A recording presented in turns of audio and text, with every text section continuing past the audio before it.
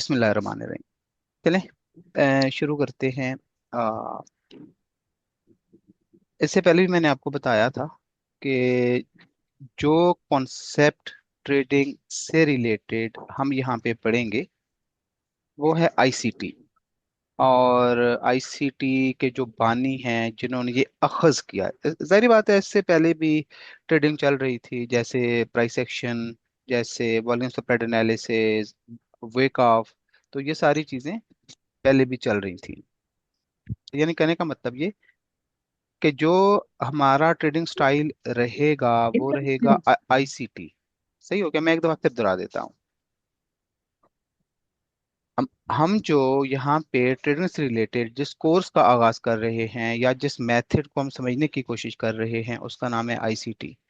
और ये बिल्कुल एडवांस है। इसके जो माखिज हैं वो कौन हैं भला? आईसीटी, जिनका असल नाम है सर माइकल जे हडल्स्टन।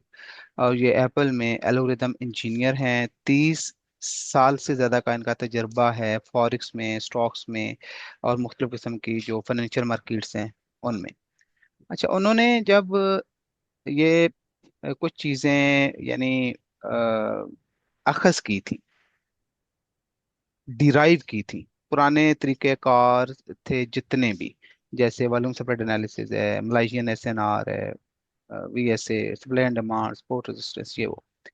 या फिर जो लोग करते थे पैटर्न्स को ट्रेड करते थे, जैसे हार्मोनिक पैटर्न है, बैट पैटर्न है, इन सारी चीज़ों को।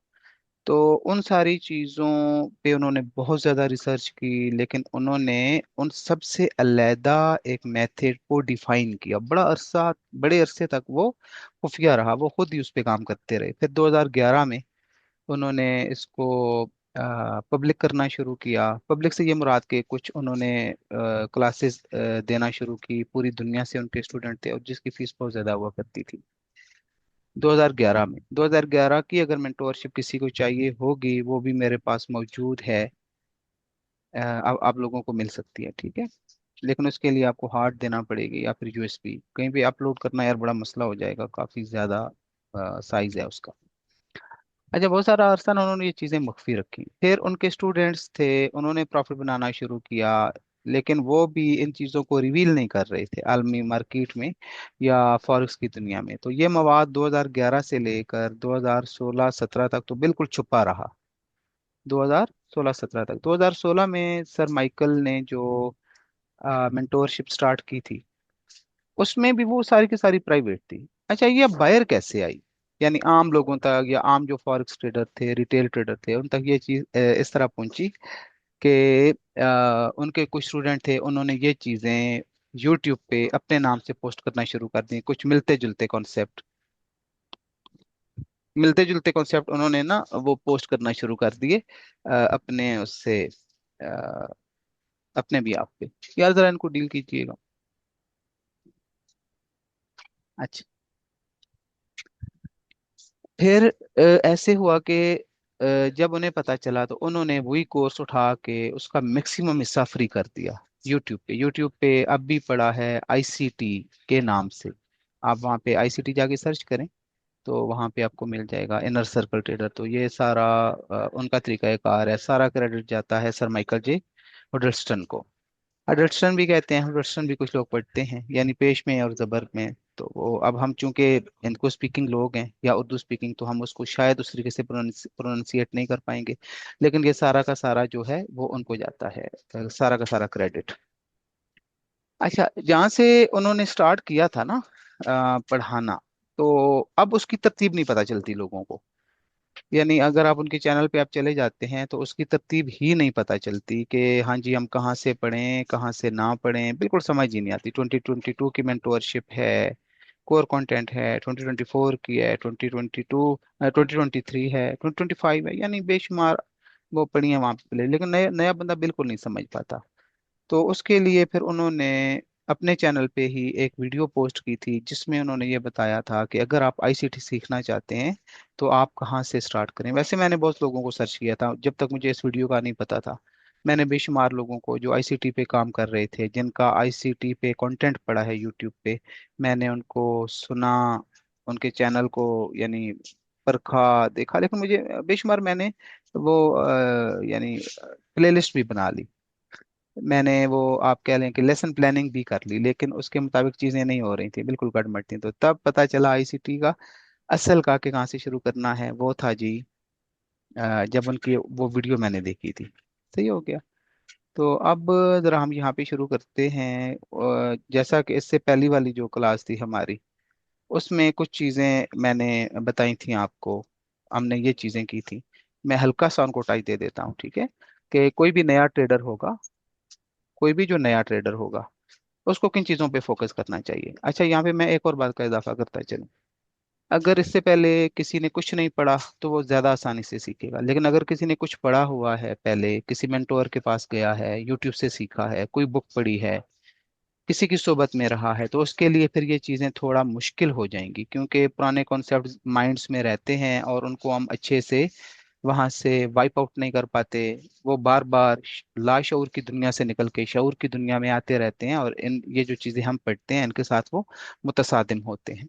तो इन चीज़ों पे वो आपने थोड़ा सा यानी ध्यान देना है कि अगर आपके पास कोई पुराने कॉन्सेप्ट्स हैं तो उनको हम साथ लेके नहीं चलेंगे।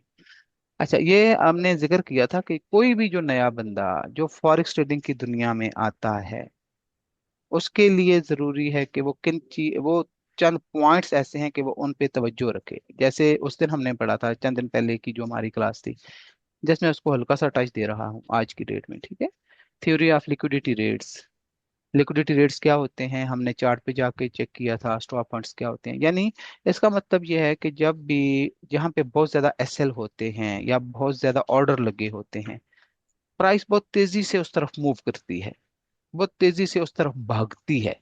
ठीक है, और उस भागने से क्या होता है, फेयर वैल्यू गैप भी क्रिएट होते हैं, यानी इम्बैलेंस बनता है, क्योंकि प्राइस बहुत तेजी से मूव करती है उस तरफ। और जाती क्यों है, उन लोगों के एसएल लेने, और अगर किसी ने एसएल नहीं लगाया हुआ तो पूरा का पूरा अकाउंट वॉश हो सकता है, उसकी किस्मत है। यानी इस मार्केट में जब भी आप कदम रखेंगे तो सबसे पहले जिन चीजों पे आपकी नजर जाना चाहिए, चार्ट पे, टेक्निकल एनालिसिस के हवाले से बात कर रहा हूँ, वो है कि कहाँ कहाँ पे एसएल को हंट किया गया, कहाँ कहाँ पे स्टॉप फंड्स हुए, कहाँ कहाँ पे जो लिक्विडिटी पड़ी थी उस पर छापा मारा गया। लिक्विडिटी क्या है, मार्केट में मौजूद वो पैसा जो इन्वॉल्व है ट्रेडिंग के अंदर, वो सारी की सारी लिक्विडिटी कहलाती है।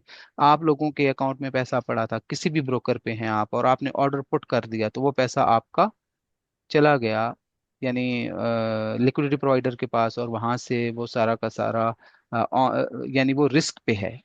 प्रॉफिट भी आ सकता है, एसएल भी हो सकता है। तो ये थ्योरी हमने पढ़ी थी कि यहाँ पे जिन लोगों के अगेंस्ट हम आके बैठते हैं वो दुनिया के जहीन तरीन लोग होते हैं, बेहतरीन मैथमेटिशियन हैं, बेहतरीन डाटा साइंटिस्ट हैं, और बेहतरीन दिमाग हैं, उसमें सॉफ्टवेयर डेवलपर हैं, एल्गोरिदम डेवलपर हैं, फिर आर्टिफिशियल इंटेलिजेंस है आगे। ये सारी चीज़ें यहाँ पे रहती हैं जिनके अगेंस्ट हम आके बैठे होते हैं। और हमारा स्टेटस क्या होता है, कोई 8वीं पास है, कोई मैट्रिक पास है, कोई एफएससी है, तो हम उन लोगों के अगेंस्ट जाके बैठने की कोशिश करते हैं, और हम कहते हैं कि प्रॉफिट बने। बगैर सीखे प्रॉफिट नहीं बनेगा, जब तक आप उनको नहीं समझेंगे, उनकी चालों को नहीं समझेंगे, प्रॉफिट नहीं बनेगा।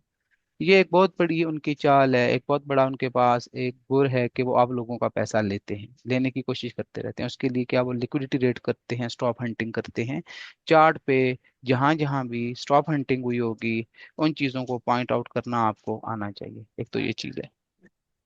दूसरा हमने पढ़ा था लिक्विडिटी पूल्स। लिक्विडिटी पूल से यही मुराद है कि जहाँ पे ऑर्डर लगे होते हैं बहुत ज्यादा। अब हमारे पास तो सारी बात है, डाटा नहीं होता पूरी दुनिया का कि कहाँ पे ऑर्डर लगे हैं, लेकिन जिन लोगों के अगेंस्ट हम बैठे हैं ना, उनके पास सारा, मेरा भी डाटा है, आप लोगों का भी है।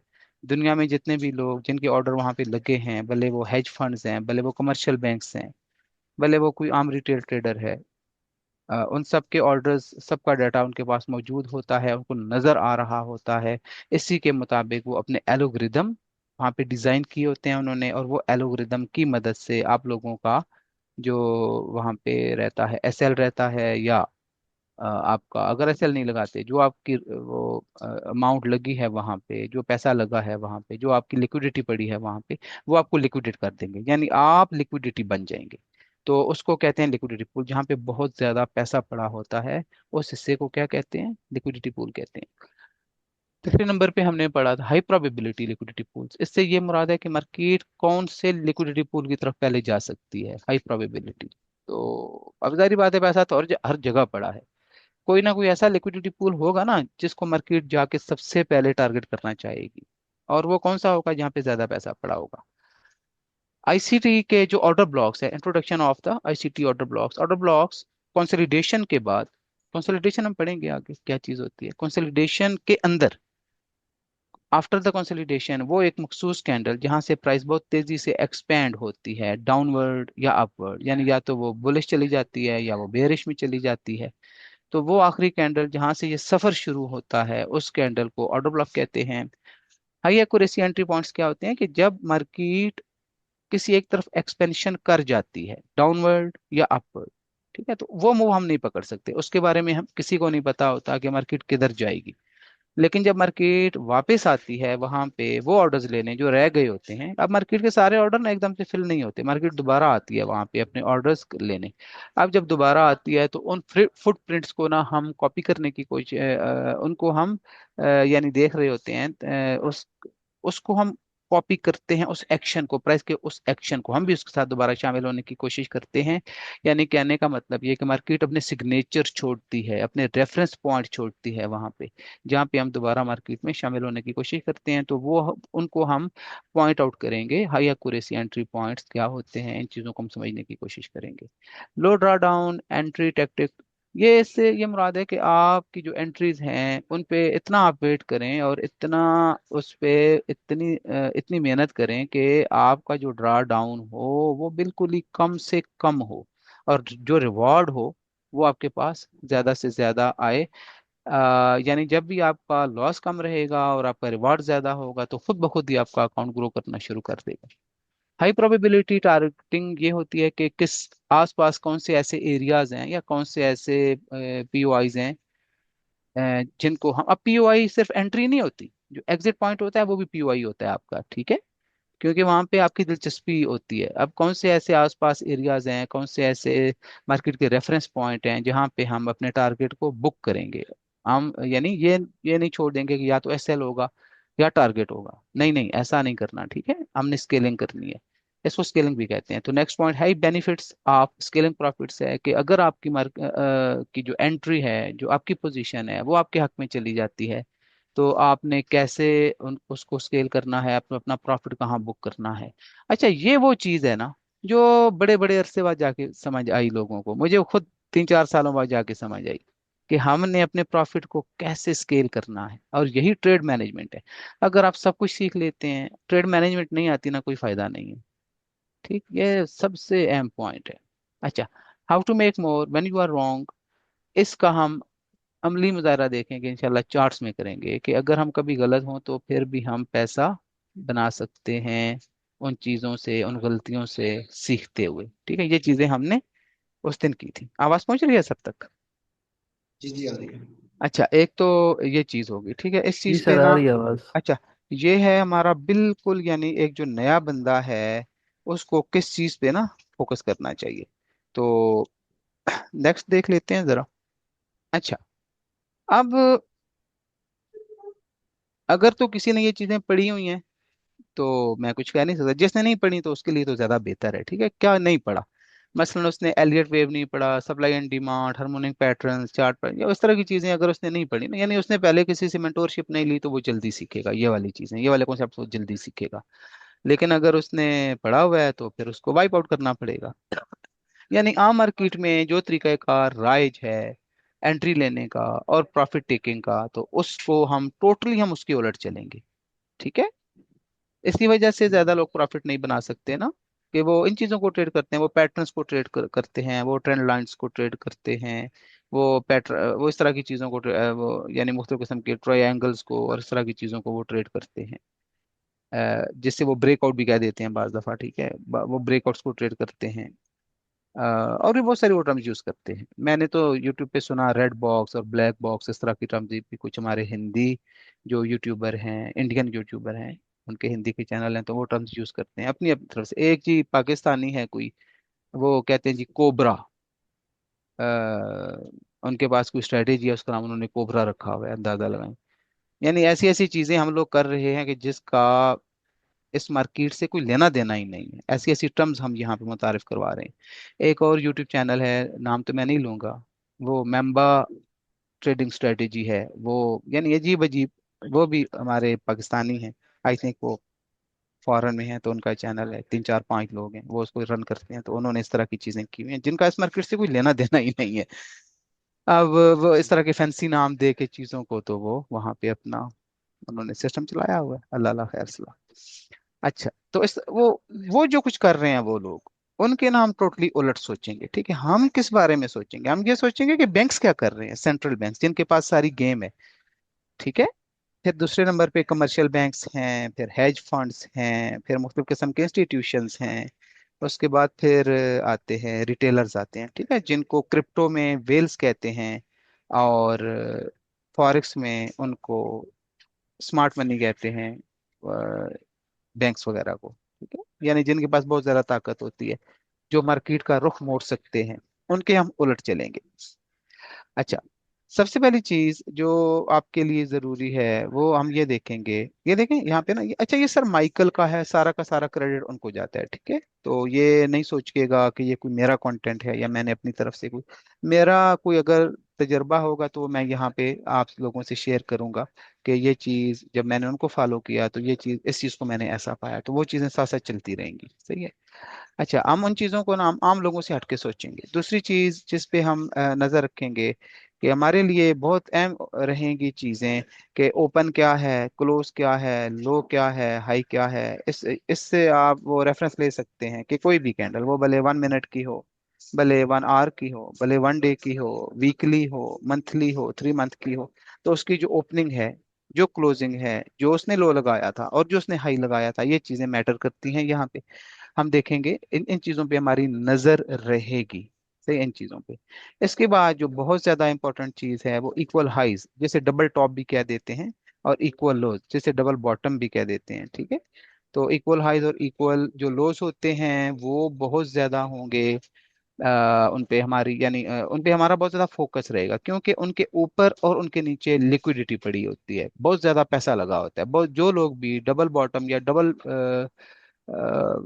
हाइस, इक्वल लोज और इक्वल हाइस को देख लेते हैं ना, वो वहां पे आंखें बंद करके घुसते हैं। आम लोग वो ये समझते हैं कि अब प्राइस हमारे अकॉर्डिंग मूव करेगी, लेकिन वहां पे भी जो टर्टल सूप, यानी कहने का मतलब ये कि वहां पे भी लिक्विडिटी रेड होता है, मार्केट मैनिपुलेशन करती है, उसके बाद आगे बढ़ती है।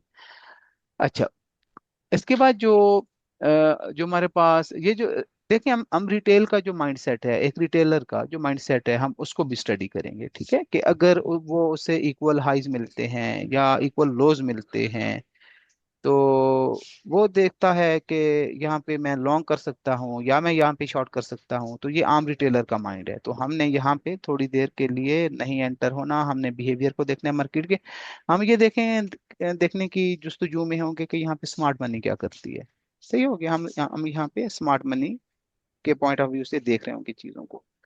अच्छा, इंस्टीट्यूशंस जो होते हैं, जो बैंक्स होते हैं, या जिन्हें हम स्मार्ट मनी कहते हैं, या क्रिप्टो में आप जिसे वेल कहते हैं, वो किसी और तरीके से सोच रहे होते हैं। ठीक है, वो उनकी ये कोशिश होती है कि जितने भी यहाँ पे लोग हैं जो यहाँ पे इस मार्केट में पैसा लेने आए हैं, भले किसी के अकाउंट में $10 हैं या 10 लाख डॉलर हैं या 1 करोड़ डॉलर है, उनका पैसा हंट किया जाए। जारी बात है, वो भी तो यहाँ पैसा बनाने के लिए आए हैं ना, फॉरेक्स में। वो सिर्फ हमें सर्व करने तो नहीं आए, वो यहाँ पे पैसा बनाने आए हैं। ठीक है, और उन्हें ये पता होता है कि कौन से इक्वल हाइज या जो इक्वल लोज हैं, उनके ऊपर और नीचे हमने क्या करना है कि हम इन लोगों को यहाँ से वॉश आउट कर सकें, उनके अकाउंट ब्लॉक कर सकें, या कम अज कम अगर कोई बहुत ही ज्यादा टाइट चीजें लेके चल रहा है तो हम उसका एसएल को तो जरूर ही हंट कर सकें। जो एसएल हमारे हंट होते हैं तो वो जारी बात है, सारा पैसा फिर उनके पास जाता है। फिर इसी तरह जो मैंने अभी जैसे जिक्र किया कि इक्वल लोस के नीचे भी लिक्विडिटी होती है, और जो इक्वल हाइज होते हैं उनके ऊपर भी लिक्विडिटी पड़ी होती है। तो ये हमारा ये पहला लेक्चर है, इसको आप बार बार देखिएगा। ठीक है, इन चीज़ों को समझने की कोशिश कीजिएगा। अब हम चलते हैं चार्ट पे जाके देखते हैं कि क्या हो सकता है। सही है। अरे भाई, चार्ट। इलियट वेव्स की समझ नहीं आई। इलियट वेव जो है एक बहुत पुराना वो मेथड है ट्रेडिंग का, जिस तरह सपोर्ट एंड रेजिस्टेंस है, जिस तरह, ओके। हाँ जिस तरह वेक ऑफ है, जिस तरह सप्लाई एंड डिमांड। तो ये भी एक तरीकाकार है जिसकी मदद से लोग करते हैं, यानी वो ट्रेडिंग में इन्वॉल्व होते हैं। ठीक, अच्छा। सही। अच्छा, अब हम यहाँ पे थोड़ा बड़ा टाइम फ्रेम रहेगा, लेकिन हम यहाँ पे ना चीज़ों को ज़रा समझने की कोशिश करते हैं, ठीक है। अब जिन चीज़ों पे हमारी नज़र रहेगी ना, वो मैंने आपको बताया था, जो हाईज हैं और जो लोज हैं, ठीक है। जैसे देखें, ये हमारे पास ना ये पॉइंट हाई है, गोल्ड का चार्ट है 1 आवर का, ये हाई है, ये लो है, ये हाई है, ये लो है, फिर हाई है, फिर लो है। अच्छा, फिर लो थोड़ा एक्सटेंड हुआ, यहाँ पे हाई लगा, यहाँ पे लो, फिर यहाँ पे हाई लगा और यहाँ पे लो। तो ये जो पॉइंट्स हैं, ये हाईज एंड लोज हैं, इन पे हमारी नजर रहेगी, ठीक है। जब भी हम कोई भी रैंडम चार्ट ओपन करेंगे तो हमारी नजर किस पे रहेगी, यहाँ पे रहेगी, ठीक है, इक्वल हाईज, सॉरी, हाईज और लोज पे। तो इन चीजों को हमने फोकस करना है। अब दूसरी चीज ये देखते हैं कि कहाँ पे कौन से ऐसे एरियाज हैं जो डबल टॉप है, ठीक है, इक्वल हाईज है। अब ये देखें ना, अगर इसको मैं अगर थोड़ा सा, ये देखें, प्राइस यहाँ पे आई थी, दोबारा यहाँ पे आई, तीसरी बार भी यहाँ पे आई, और यहाँ से नीचे आई। अब 3 दफा जब वो किसी भी एक पॉइंट को टच कर लेती है प्राइस, तो वो आम जो रिटेलर है वो ये सोचता है कि यहाँ पे क्या हुआ, यहाँ पे रेजिस्टेंस क्रिएट हो गई है, यहाँ पे तो रेजिस्टेंस बन गई। अब यहाँ पे प्राइस चौथी दफा जाएगी या तीसरी दफा जाएगी तो मैं वहां पे शॉर्ट करूंगा, और बेशुमार लोग यहाँ पे अपनी जो पोजीशंस ओपन कर लेते हैं ऐसे करके। तो ऐसे करके तो वो ये समझते हैं कि मार्केट नीचे आएगी, लेकिन मार्केट उनके एसएल लेके नीचे आती है, ये देखें। अब यहाँ पे ना ये सारा का सारा एक तो रेजिस्टेंस जोन था, और दूसरे नंबर पे ये सारा का सारा लिक्विडिटी पूल था, हाई प्रोबेबिलिटी लिक्विडिटी पूल, जहाँ पे इक्वल हाइस थे, ठीक है, इक्वल हाइस थे। तो मार्केट ने क्या किया, मार्केट ने यहाँ पे, यहाँ से भी रिजेक्शन दी, यहाँ से भी दी, यहाँ से भी दी, तो ये हमारे पास इक्वल हाइस हैं सारे। मार्केट ने उनको जाके क्या, उनके एसएल लिए, यहाँ से लिक्विडिटी ली, और असल मूव जो यहाँ से कंटिन्यू हो जाना चाहिए था वो यहाँ से कंटिन्यू हुआ। तो यहाँ यहाँ पे क्या हुआ, ये मैनिपुलेशन हुई है सारी की सारी, इसे मैनिपुलेशन कहते हैं, ठीक है। इन चीजों पे आपकी नजर होना चाहिए। अच्छा, अब जरा एक और चीज जो समझने वाली है वो ये देखेगा, जरा गौर से देखिएगा ताकि चीजें आप लोगों के माइंड में रहे। अच्छा, ये जो दो कैंडल्स हैं, ये वाली, ये इक्वल लोज हैं, रिलेटिवली हैं, ये इक्वल हैं, ठीक है। यहाँ पे मैं इसको थोड़ा सा,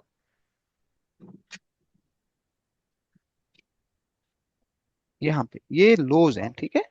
अब बेशुमार लोगों ने ना यहाँ पे अपने वो किया होगा कि हम यहाँ से बाय करेंगे, यहाँ से हम बाय करेंगे, क्योंकि मार्केट 2 दफा इसको रिस्पेक्ट दे चुकी थी। बल्कि यहाँ पे भी अगर देखें तो ये सारे रिलेटिवली ये इक्वल लोग हैं। लेकिन मार्केट ने क्या किया, यहाँ पे उनको बाय, यहाँ पे उनको, ये देखें नीचे आई। अब बेशुमार लोग ना यहाँ पे जब ये कैंडल क्लोज हुई होगी, यहाँ पे लिक्विडिटी लेके इसकी, तो उन्होंने अपने ऑर्डर्स यहाँ पे प्लेस किए होंगे यहाँ पे। लेकिन क्या हुआ कि मार्केट ने दोबारा फिर आके यहाँ पे मैनिपुलेशन की और उन लोगों को वॉश आउट किया, ऊपर चली गई। तो ये चीजें बार बार चलती रहेंगी। इन चीजों पे हमारे चार्ट पे ना, इन पॉइंट्स को लोकेट करना, भले वो कोई भी टाइम फ्रेम हो सकता है, मार्केट की नेचर फ्रैक्टल है। अ, यहाँ पे इन चीजों को पॉइंट आउट करना हमें आना चाहिए, पता होना चाहिए, ठीक है। तो तब हम जाके एक कामयाब ट्रेडर बन सकेंगे। हम यहाँ इस मार्केट से पैसा बना सकेंगे, हम चीज़ों को समझ सकेंगे। लर्निंग के दौरान आपने पैसे पे फोकस नहीं करना कि यहाँ से हमने डॉलर्स बनाने हैं, लर्निंग सिर्फ लर्निंग ही रहना चाहिए। सही हो गया। तो जो आज का जो था, यानी जो लेक्चर था, उसमें हमने क्या पढ़ा कि कोई भी नया ट्रेडर आता है तो जो उसके लिए सबसे अहम चीज़ रहती है इस मार्केट में, वो हाइज और लोज हैं। इसके अलावा लिक्विडिटी पूल है। लिक्विडिटी पूल कहाँ होते हैं, जो इक्वल हाइज होते हैं या इक्वल लोज होते हैं, ठीक है। यानी उसकी नज़र किस पे रहेगी, स्विंग हाइज स्विंग लोज पे। इसी तरह फिर इक्वल हाइज इक्वल लोज पे, उनके ऊपर और उनके नीचे जो लिक्विडिटी पूल बनते हैं उसको वो देखेगा, और जो हाई प्रोबेबिलिटी होगा उसको फाइंड आउट करेगा। उसके बाद की जो चीज़ें हैं वो फिर हमने ये पढ़ी कि जो रिटेलर हैं उनके बिल्कुल हमने उलट सोचना है। अब वो ट्रेंड लाइन को अगर ट्रेड कर रहे हैं हम नहीं करेंगे, वो सपोर्ट और रेजिस्टेंस को ट्रेड कर रहे हैं हम नहीं करेंगे, हम उन सारी चीज़ों के बिल्कुल उलट चलेंगे। वो पैटर्न्स को ट्रेड कर रहे हैं हम पैटर्न्स को ट्रेड नहीं करेंगे, हम इन चीज़ों के टोटली टोटली हम उलट चलेंगे। तो ये चीज़ें आज हमने पढ़ी, इसका खुलासा यही था। ठीक है। इसके अलावा ऑर्डर ब्लॉक का जिक्र हुआ। ऑर्डर ब्लॉक के बारे में मैंने आपको बताया कि कंसोलिडेशन के अंदर वो कैंडल जहां से प्राइस, कंसोलिडेशन क्या होती है भला, जब मार्केट एक रेंज में चलती है उसे कंसोलिडेशन कहते हैं। ठीक है। जब मार्केट एक रेंज के अंदर बाउंड हो जाती है तो फिर उसको कंसोलिडेशन कहते हैं। कंसोलिडेशन के बाद वो कैंडल जहां से किसी एक तरफ बहुत तेजी से एक्सपेंशन होती है उसको हम क्या कहते हैं, ऑर्डर ब्लॉक कहते हैं। ऑर्डर ब्लॉक की बहुत सारी टाइप्स हैं, उसको हम इंशाल्लाह फर्दर आने वाले लेक्चर्स में हम उसको पढ़ेंगे, पढ़ने की कोशिश करेंगे। तो आई थिंक, बल्कि मुझे यकीन है कि आप ना इस लेक्चर को ये जो आज था हमारा इंट्रो था, इसको बहुत अच्छे से दिल के साथ इसको दोहराएंगे, रिकॉर्डिंग आप सुनेंगे, समझने की कोशिश करेंगे चीज़ों को। और नेक्स्ट टाइम अगर आपके कोई क्वेश्चन होंगे ना तो उनको ज़रूर रेस कीजिएगा। ठीक है। चलें जी, मिलते हैं इंशाल्लाह किसी नेक्स्ट लेक्चर में। अल्लाह हाफिज़।